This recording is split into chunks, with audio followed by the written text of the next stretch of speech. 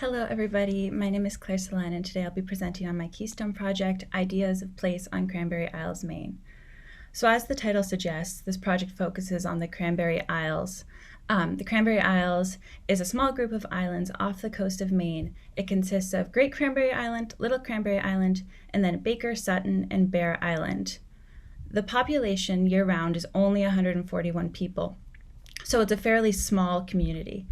However, despite the small size, there is an extensive set of archives for the island. So this is incorporated in the 2 museums on these 5 islands for 141 residents, as well as the Great Cranberry Island Historical Society, which is a fairly large historical society for the size of the island. The archives are made up of literary and historical publications, as well as research done by island residents themselves, and lots of art.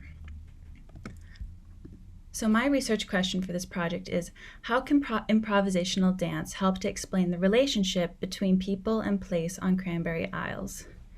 Now, due to COVID, I was unable to go to the island for a long enough period of time so that I could actually get at what the real relationship between people and place was.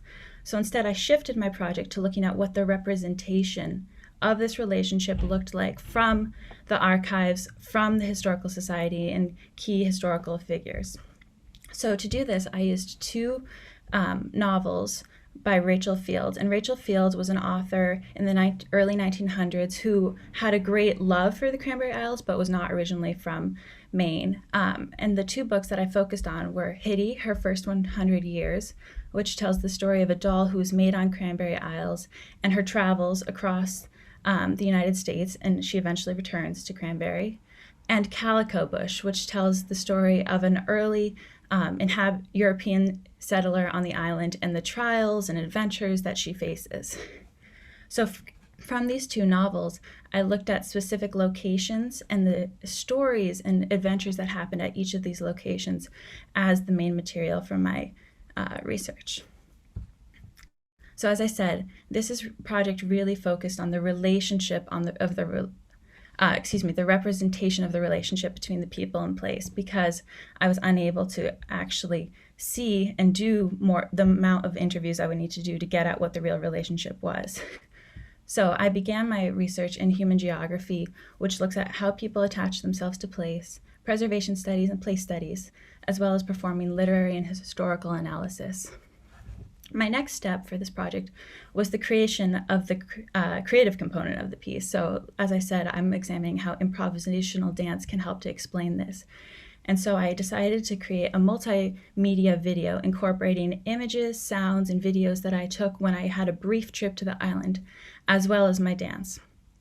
So the dance is set up in 6 different sections, and each one is focused on a different location that is important in these books and seems to be important in the life of islanders. So these are sea, shore, field, forest, cemetery, and house. There's a soundscape that is unique to each of these locations, and it incorporates music from Oliver Arnold's Silence, as well as field recordings that I took while on the island. There are also images and videos that are in the video that I also used as inspiration for my movement vocabulary. So movement vocabulary is a term used in dance and movement to describe the type and the nature of movements that one uses. So, for example, the movement vocabulary for each of these locations is very different. For sea, the sea is a place that is more comfortable for early islanders, as represented through these books. It's sort of a safe space, so that movement vocabulary is a lot more joyful and free than, say, the movement vocabulary of the forest, which is a place of death for the islanders. My rationale for this project is that I really wanted to get at literally the heart of the emotions that are going on when people talk about attachment to place.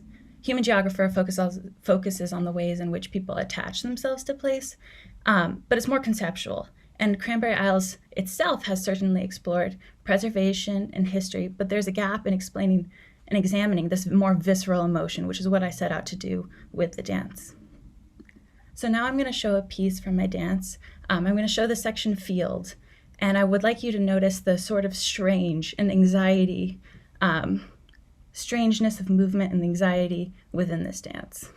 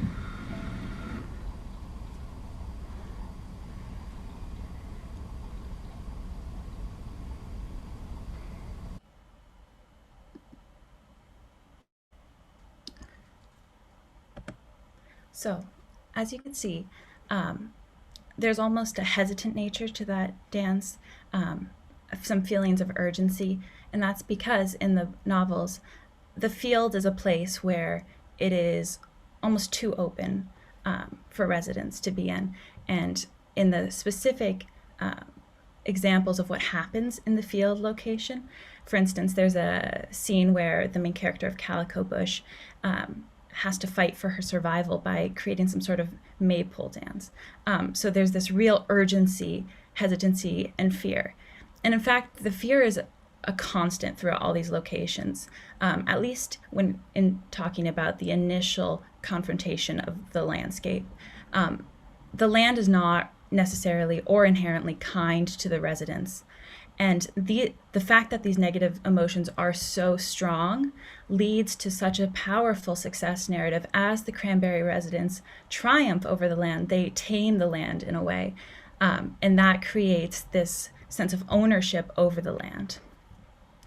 So for future research, I would be very interested in expanding the idea of representation, because I heard murmurs when I was on the island and from various Facebook groups that the Historical Society is not a favorite of many of the residents.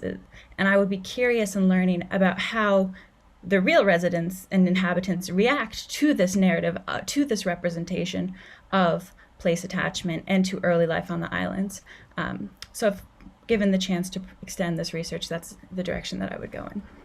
Thank you all, and now we'll proceed to questions.